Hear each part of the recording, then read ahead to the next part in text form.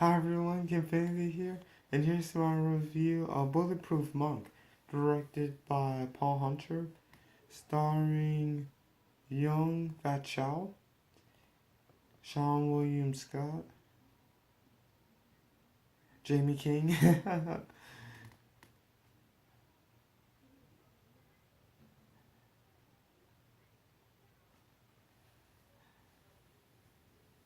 Marcus de Pire, Cara Roden, Victoria Smurfit, Meko, or Mako, um, Rob Yin, Albert Chung, Karis Han, great cast really is. And this film is about a monk who in 1943 finished his training and was able to become, this.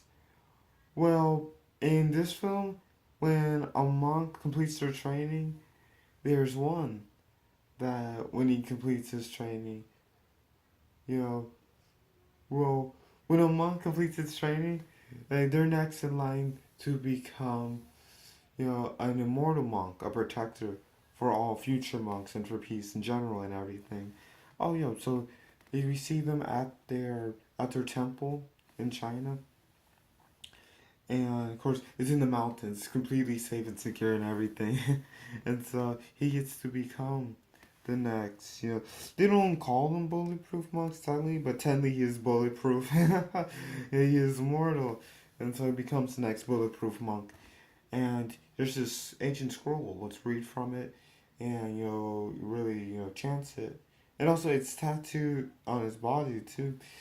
He becomes the next bulletproof monk right after his previous monk that he defeated in the last battle he had to win against the monk. And now he is. And since this is 1943, this is during World War II, and these Nazis invade their temple.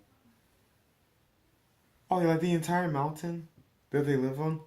Yeah, they invade it, and they know about the scroll. They know about the immortality of the bulletproof monk and everything, and so they try to get it, but they're stopped because well, the master, the trainer monk gets shot, but then the monk who just became the bulletproof monk gets shot.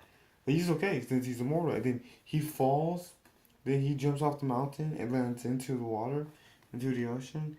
And then, we cut to 60 years later in New York City, and we meet a pickpocket named Carr, who's, he doesn't want to have to, but he doesn't have a lot of money.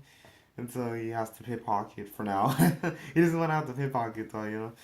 And so, as he's pickpocketing, the monk goes on the subway that Carr is on, because he knows that Carr could be the one to be the next monk.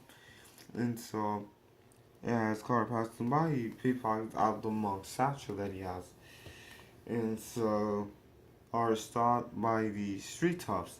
But you can't be pickpocketing people. There's one street tough named Jade that I really like, so let's get to know better.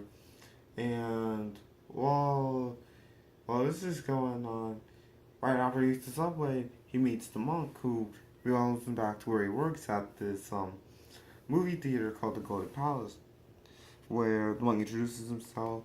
Goes like, well, what? This makes no sense. How can you be this old? And how can it be that this ancient, scroll? Like can give you immortality.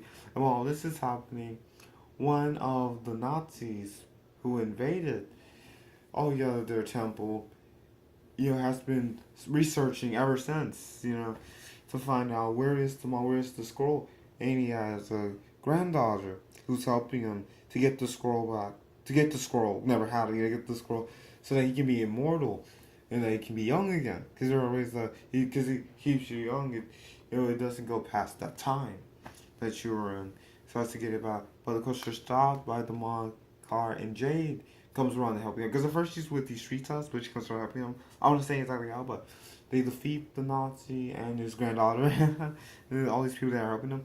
And so that car, I don't want to give it away, but he gets the scroll, So yeah, he becomes like, but yeah, he gets the scroll and everything. It's really cool seeing how the monk passes it on everything, and how Carl realizes that he doesn't have to do pickpocketing and everything. It's really well done. I really like seeing how, of course the action was great, and also the message of being a monk was great. It was so wonderful. Thanks so much for watching. Please like and subscribe. And these